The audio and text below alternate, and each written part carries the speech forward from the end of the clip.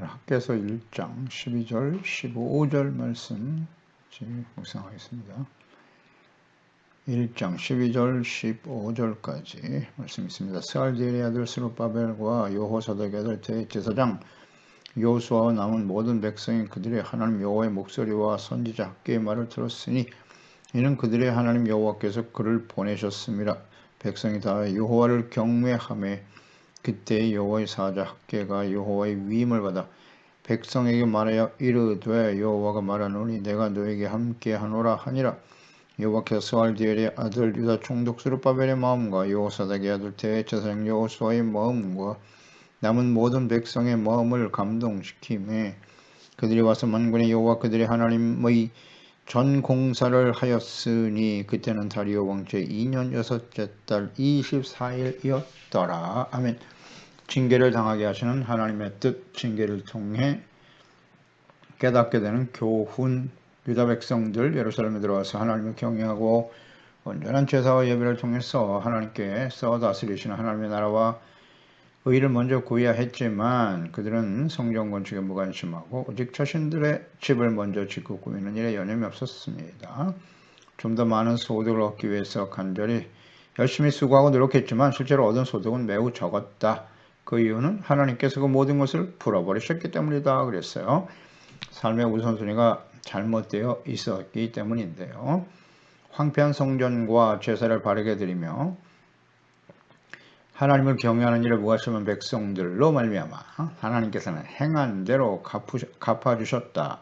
그래서 하늘은 예수를 그치게 하셨고 비가 내리지 않았죠. 기근과 흉년, 땅, 산, 곡물, 포도주, 모든 소산과 사람, 가축, 손으로 하는 수고하는 모든 일에 하나님이 한죄를 들게 하셨다. 자연재해죠. 하나님이 징계하신 것입니다. 이어서 이제 이 징계의 결과로 하나님의 백성들이 즉시 자신들의 잘못을 깨닫고 돌이키는 모습을 볼 수가 있습니다. 12절에 보면 70년간 포로 생활을 마치고 예루살렘으로 들어와서 성전 건축을 먼저 시작했지만 열정이 식었죠. 주를 향한 열정이 식어지고 자신들의 집을 짓고 삶을 영위하는 일에 우선순위를 두고 성전 건축이 중단되어 황폐하게 되었을 때 이제 한죄를 보내사 재해죠. 재해를 통해서 자신들의 잘못을 깨닫게 되었습니다. 근데 사실은 이건 학개 선지자를 보내셔서 이 모든 일을 행하신 분이 하나님이지만 가르쳐 주셨기 때문에 그들이 비로소 알게 된 것이죠. 그러니까 이 일의 모든 원인 또 하나님의 뜻이 무엇인지를 선지자를 보내서 깨우쳐 주셨던 것입니다. 이게 당시 지도자였던 스룹바벨과 대제사장 여호수아 또 백성들이 학개 선지자가 전해주는 말씀을 하나님의 말씀으로 들었고 더 하나님을 경외했다라고 말씀하고 있네요. 참 소중한 은혜입니다. 하나님 여호와의 목소리와 선지자 학개의 말을 들었다. 이는 그들이 하나님 여호와께서 그를 보내셨음이라 백성이 다 여호와를 경외하매. 비록 삶의 우선순위가 잘못되어 하나님의 성전을 건축하는 일과 또 제사와 예배에 무관심한 상태였지만 하나님께서 보내신 기근과 흉년, 재해, 징계를 통해서 즉시 깨달았다는 거죠. 중요한 것은 학개 선지자를 하나님이 보내신 사자로 인정했다는 거예요. 그리고 그가 전하는 말을 하나님의 말씀, 하나님의 목소리로 들을 수 있었다는 것. 이것이 은혜입니다.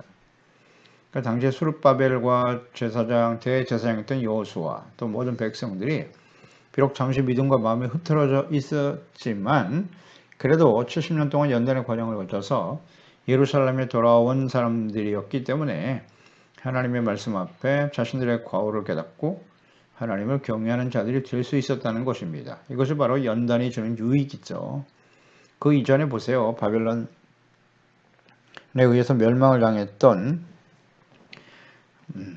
마지막 시드기야 왕과 그 거짓 선지자들이 난무했던 그 시대의 하나님의 백성들 한번 생각해 보세요. 43년 동안 외쳤다고요. 예레미야 선지자를 통해서. 그런데 돌이키지 않았어요. 끝까지 하나님을 버리고 완악하고 그래서 멸망의 길을 갈 수밖에 없었는데 역시 연단을 통해서 돌아온 하나님의 백성들은 좀 다르네요. 이것이 바로 하나님께서 우리를 징계하시고 연단하시는 목적이에요. 연단과 징계가 당시에는 즐거워 보이지 않지만은 분명히 하나님께서 기뻐하시는 의와 평강의 열매를 맺을 수 있다는 거죠. 히브리서 12장 7절 8절이죠. 너희가 참음 징계를 받기 위함이라 하나님의 아들과 같이 너희를 대우하시는 거다. 징계를 당한다고 하는 것은 어찌 아버지가 징계하지 않은 아들이 있으리요. 징계는 다 받는 것이오늘 너에게 징계가 없다면 너희는 사생자여 친아들이 아니다 라고 말씀하시면서 무릇 11절 이하에 무릇 징계가 당신은 슬퍼 보이지 않죠. 슬퍼 보이나 후에 그런 말미암아 연단받은 자들은 의와 평강의 열매를 맺나니라. 그러므로 피곤한 성과의 낙한 무릎을 일으켜 세워라. 너희 발을 위하여 곧은 길을 만들어 저는 다리로 하여금 먹으러지지 않고 고침을 받게 하라. 고침을 받아라. 하나님 앞에 무릎 꿇고 기도하고 겸손해지라는 거죠. 그리고 하나님의 뜻을 받아들여서 곧은 길을 만들어라. 잘못된 길에서 돌이키라는 거죠. 곧은 길은 하나님의 말씀을 따라가는 길이에요. 정직한 길, 의로운 길이죠. 이것이 바로 징계를 통해서 우리 하나님께서 원하시는 일이란 말이지요. 그래서 우리가 징계와 시련과 어려움을 당할 때는 그냥 참기만 하면 갑절의 축복을 받는 게 아니고요. 그런 징계를 주시는 원인, 이런 시련과 환난을 주시는 원인이 무엇인가, 이유가 무엇인가, 하나님의 뜻이 어디 있는가 잘 알아야 돼요. 어렵지 않아요. 의와 평강 열매를 맺어가는 겁니다. 그러니까 연단을 받아 놓으니까 금방 돌이키잖아요. 이게 참 소중한 은혜입니다. 그러니까 하나님을 경외하였다라고 말씀하고 있죠. 하나님을 경외하는 일이란 무엇입니까? 하나님을 알고 그분의 말씀을 겸손히 듣는 것으로부터 시작하는 거예요. 하나님의 음성을 들을 수 있어야 돼요. 그게 하나님을 경외하는 시작이란 말이죠. 하나님 여호와의 목소리와 선지자 학개의 말을 들었다. 그러니까 학개 선지자를 통해서 전해주시는 하나님의 말씀, 이것을 하나님의 말씀으로 듣고 하나님의 목소리로 들었다는 거죠. 야, 이게 소중한 겁니다. 그러니까 우리가 매일매일 하나님의 말씀을 개인적으로 묵상하고 또 선포되는 말씀을 듣게 될 때 그것을 진정 하나님의 말씀으로 듣고 하나님의 목소리로 음성으로 듣고 있나요? 매일매일 하나님의 음성을 듣고 계십니까? 하나님이 우리에게 직접 말씀하신다면 우리는 어떻게 반응해야 할까요? 중요한 것은 그 말씀을 전하는 선지자, 학개 선지자를 하나님이 보내신 자로 믿었다는 것이죠. 그가 하나님 보내신 자이기 때문에 그 입술을 통해서 선포되는 말씀은 하나님의 말씀이다. 하나님의 말씀이다.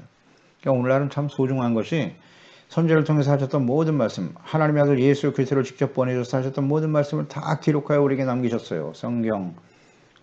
그 성경이 곧 하나님께서 하나님의 사람들을 보내사 성령으로 감동하여 그 말씀을 기록하신 것이다.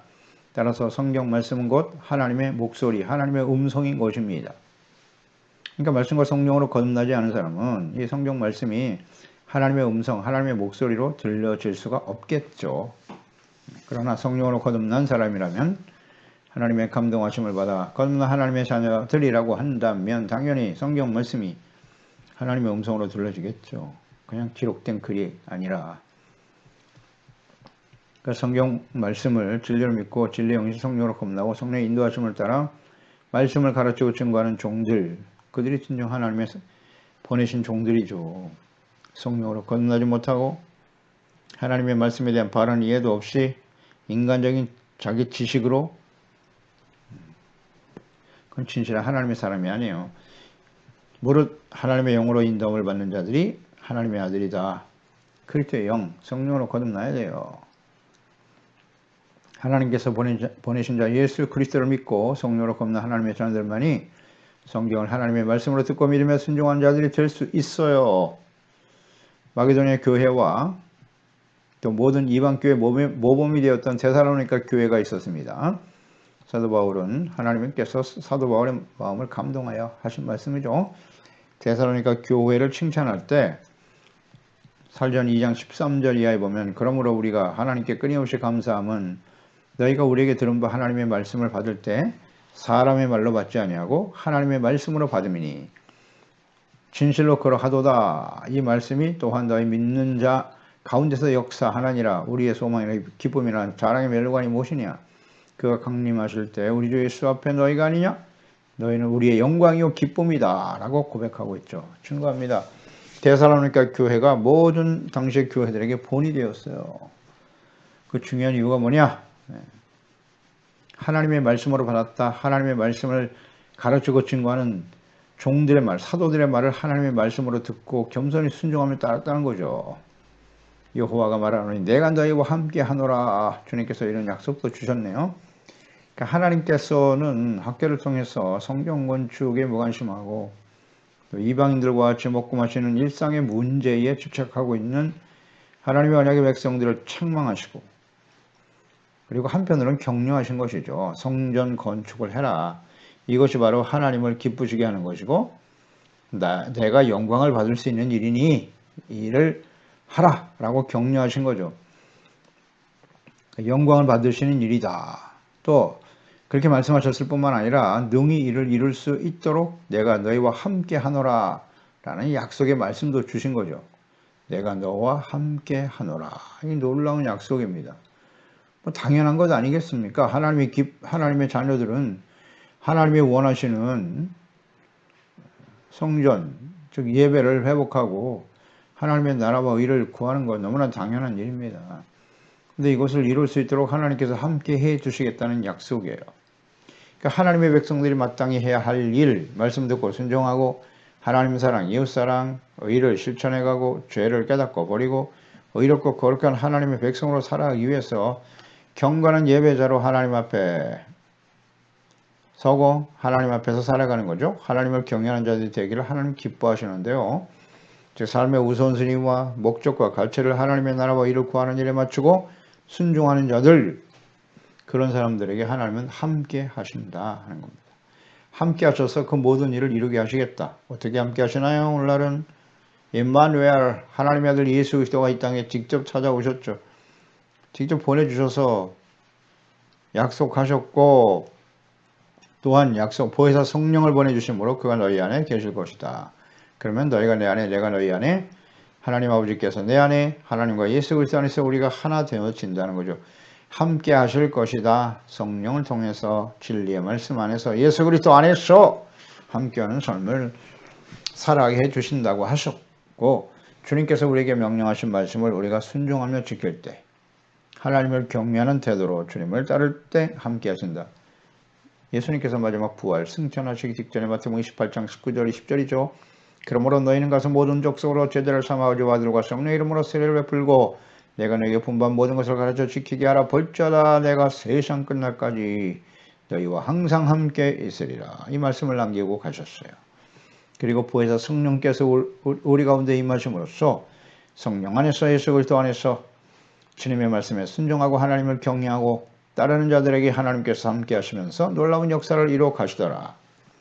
그 역사하심은 예수 그리스도를 믿고 구원받아 하나님이 다스리시는 하나님의 나라 거룩한 자녀와 백성이 되게 하시는 일이겠죠. 그러니까 즉시 순종하는 스룹바벨 같아 제사장 여호수아 또 그 말씀을 듣고 있던 백성들, 그러니까 하나님을 경외하는 것이란 곧 말씀을 듣고 순종하는 거예요. 어렵지 않아요. 말씀을 듣고 순종하는 것이다. 아브라함에게 하나님께서 그 아들 독자 이삭을 모리아 산에 가서 번제로 드려라. 그 다음날 아침에 일찍 일어나서 즉시 순종하죠. 그리고 그 아들을 각을 떠서 드리는 번제로 드리기 위해서 칼을 들었던 아브라함. 하나님께서 그의 믿음을 시험하기 위해서 이 일을 시작하셨다고 하셨는데요. 그 믿음을 보시고 이제야 내가 나를 경외하는 줄 알았도다.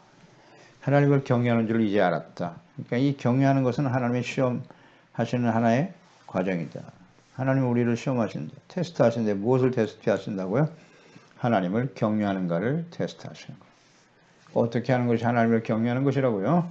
하나님의 말씀을 듣고 내 개인적으로 혹은 인간적으로는 도저히 수용할 수 없는 그런 상황의 말씀을 하시더라도 하나님의 말씀은 하나님에 대한 신뢰죠. 하나님은 선하신 분이야. 하나님께서 그 아들을 이삭을 바치라고? 그러면 이삭을 통해서 주셨다는 하나님의 약속은 어떻게 되는 거지? 아들이 여럿이 있는 것도 아니고 독자 아들 이삭인데 그 아들을 통해서 너의 후손이 하늘의 별과 같이 바다의 모래와 같이 많아질 것이라고 약속하셨는데요. 그러니까 하나님에 대한 신뢰, 약속의 말씀에 대한 신뢰죠. 믿음이죠. 이 아들을 죽여도 살리실 것이다. 히브리서 11장. 아브라함은 그 아들을 죽여도 하나님이 살려내셔서 그 약속을 이루실 것을 믿은 거죠. 그러니까 하나님의 선하심, 하나님의 신실하심, 하나님의 전능하심, 그 하나님의 말씀을 듣고 그 하나님께 대한 믿음을 가져야 돼요. 사랑과 믿음이 있어야 되고 순종하는 거죠. 그게 하나님을 경외하는 것입니다. 그래서 14절 15절에 보면 여호와께서 스알디엘의 아들 유다 총독 스룹바벨의 마음과 여호사닥의 아들 대제사장 여호수아의 마음과 남은 모든 백성의 마음을 감동시키셨다. 이게 중요하네요. 그들이 와서 만군의 여호와 그들의 하나님 전 공사를 했다. 하나님께서 스룹바벨과 여호수아 백성들의 마음을 감동시키셨대요. 그러니까 하나님은 우리의 마음을 완악하게도 하죠. 때로는 사람들의 마음을 완악하게도 하시고 또 때로는 이렇게 감동시켜서 하나님의 말씀을 듣고 지켜 순종하는 사람이 되기도 하신다는 거죠. 그러니까 하나님은 우리의 마음을 연단하시는 분이에요. 마음을 연단하신다. 이제 하나님께서 하시는 일이에요. 이게 사람들의 마음을 연단하시고 감동하시고 깨우쳐 주셔서 주님을 바르게 섬길 수 있도록 해 주신다. 그러니까 이 스룹바벨과 대제사장 여호수아 백성들이 이렇게 즉시 순종할 수 있었다라고 하는 것은 하나님의 그 책망을 듣고 돌이켜 회개하고 주님의 말씀을 따를 수 있었다. 너무나 귀한 일인데 이게 하나님을 경외하는 일인데요. 마음을 감동시켰다. 감동시키다라고 하는 말이 히브리 우르이거든요. 이건 깨어나게 한다는 거예요. 깨어나다 혹은 분발하다, 자극하여 일으키다, 각성시키는 것. 이것이 바로 감동이라는 뜻이거든요. 그러니까 하나님께서는 우리의 마음에 성령으로 성령님께서 이제 우리 가운데 역사하시니까요.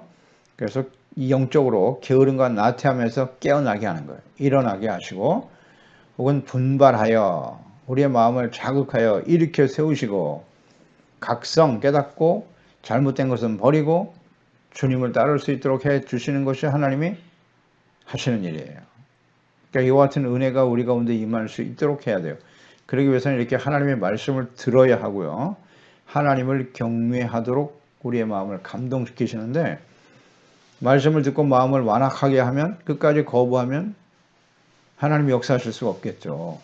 이렇게 감동을 주실 때 말씀을 듣고 우리를 깨우쳐 주실 때 겸손한 자세를 가져야 돼요. 예, 하나님 우리가 잘못했습니다. 즉시 순종하겠나이다. 그래서 심령이 가난한 자가 복이 있는 것입니다. 천국이 저의 것입니다. 하나님의 나라와 뜻이 이 땅에 이루어지게 되는 것이고 그런 사람들이 영원한 하나님의 나라에 서게 되겠죠. 예수 그리스도가 다시 오시는 그날에 이 땅에 남는 자가 아니라 주님과 함께 하나님의 나라에 서게 되겠죠. 어떤 사람? 하나님을 경외하는 사람. 그 마음이 하나님의 말씀과 성령으로 감동되어질 때 겸손히 순종하며 따르는 사람들이에요. 그러니까 완악한 마음, 이거 정말 두렵고 무서운 일입니다. 하나님의 말씀을 반복하여 들으면서도 그 말씀을 끝까지 거부하고 돌이키지 않는다면 이건 정말 비극입니다.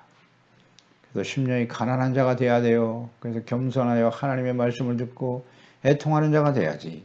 자신의 잘못을 깨닫고 눈물로 돌이키고 온유한 자가 되는 겁니다. 예, 하나님 말씀 순종하겠습니다.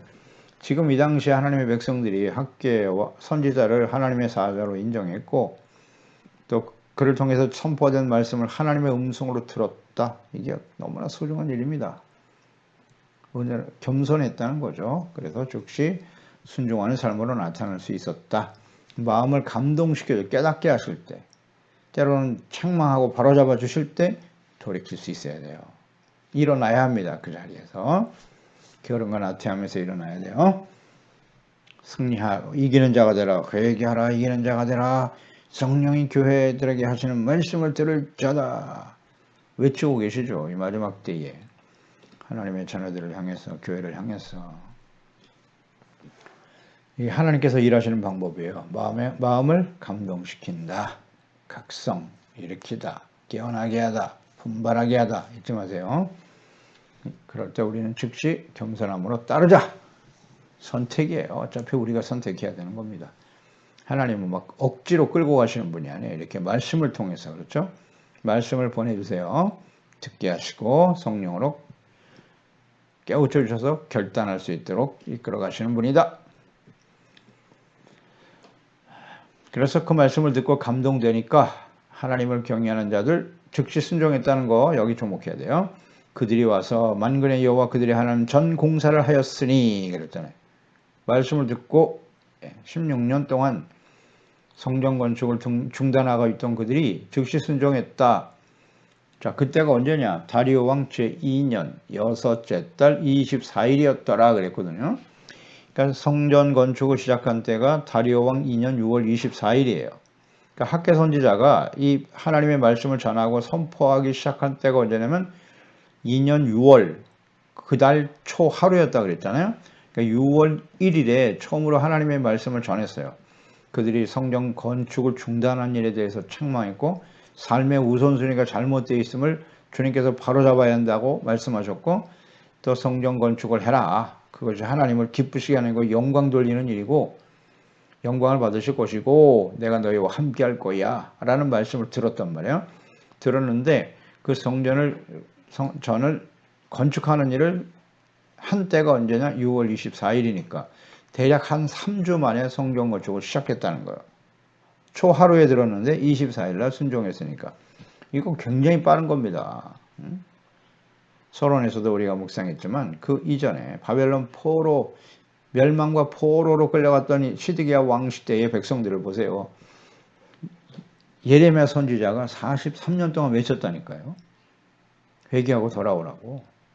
하나님께 돌아오고 하나님의 전을 바르게 세우고 예배를 회복하라고 안 듣잖아요. 43년 동안 외쳤는데. 근데 24일 만에 회개하고 돌아와서 성전 건축을 시작했다. 대단한 겁니다. 이거 할렐루야. 놀라운 변화죠. 그래서 연단이 필요한 거예요. 사람들에게. 사람은 완전하지 못해요. 완전하지 못하는데 하나님께서 이렇게 우리를 징계하시고 바로잡아 주실 때 즉시 깨닫고 돌이킬 수 있는 거. 이게 큰 복입니다. 큰 복이에요. 겸손했다는 거죠. 하나님의 성령께서 감동해 주신 것도 한 사실이고요. 그러니까 아마 3주 동안의 성전 건축을 위해서 준비한 기간이라고 보여집니다. 뭐 24일 동안 아무것도 안 하고 기다린 게 아니라 주저한 것이기보다는 주님께서 말씀하시기를 너는 산에 가서 나무를 가져다가 성전을 건축하라 그랬으니까 하나님의 전을 시작할 때가 24일이었으니까 그 안에 그 기간 동안에 아마 목재를 준비하지 않았을까, 재료를 준비했다 이렇게 보여집니다. 뭐 즉각적인 순종으로 봐야 되겠죠. 그래서 하나님의 말씀을 듣고 하나님 보내신 자 학개를 하나님의 사자로 인정했고 그가 전하는 말을 하나님의 말씀이 하나님의 목소리로 들었다는 거. 그리고 하나님께서 마음을 각성시키고 깨닫게 하실 때 즉시 순종할 수 있었다는 거. 이게 복입니다. 그래서 우리가 결론적으로 정리해 보면 하나님이 징계를 통해서 주시는 하나님의 뜻이 무엇이냐? 바로 이런 겁니다. 하나님의 말씀을 듣고 깨달아 돌이켜 순종하는 하나님을 경외하는 거예요. 말씀을 듣고 즉시 순종하는 것, 겸손한 자세로 주님의 말씀 앞에 자신들의 잘못을 돌이켜 따를 수 있는 것, 이것이 하나님의 은혜입니다. 그래서 우리가 이 마지막 때를 살아가는 자들 성전을 재건하라 라고 하나님 말씀은 오늘날 세속화에 물들어가고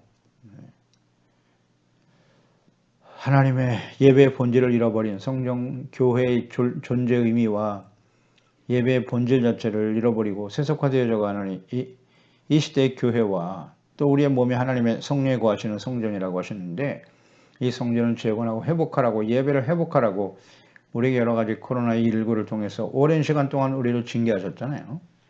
이 과정을 지나왔죠. 이 하나님의 뜻은 뭐다? 하나님을 경외하는 자가 되라는 거예요. 겸손히 온유한 심령이 되고 의에 줄이고 목마른 자가 되고 마음이 청결한 자가 되어서 하나님이 다스리시는 하나님의 나라 삶의 우선순위를 바로 세우라는 것입니다. 예배를 회복하라.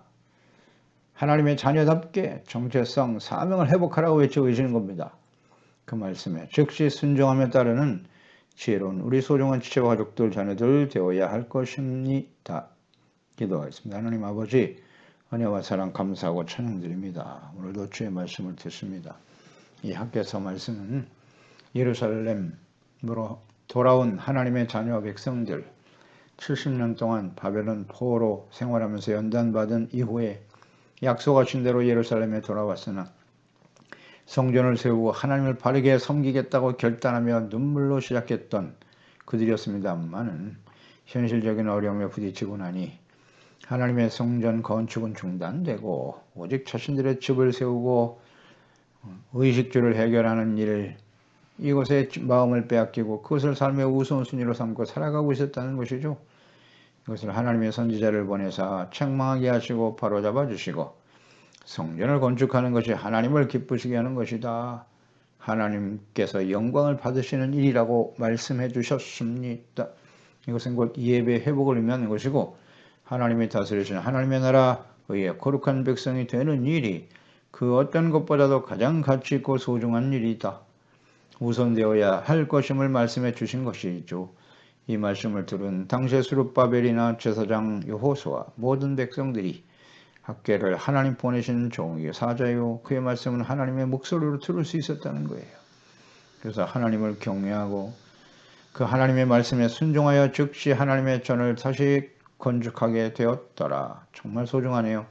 주여 오늘도 이 말씀을 지금 우리에게 듣게 하시는 하나님, 세속화되어지고 하나님의 거룩한 성전, 온전 거룩한 예배자로서의 삶을 잃어버리고 세속화되어져 버린 이때에 다시 우리에게 하시는 말씀 아니겠습니까? 당하는 시련과 징계를 주시는 목적이 무엇이겠느냐?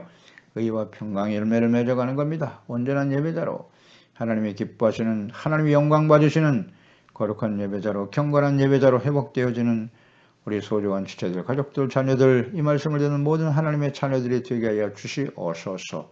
예수님의 이름으로 기도드렸나이다. 아멘.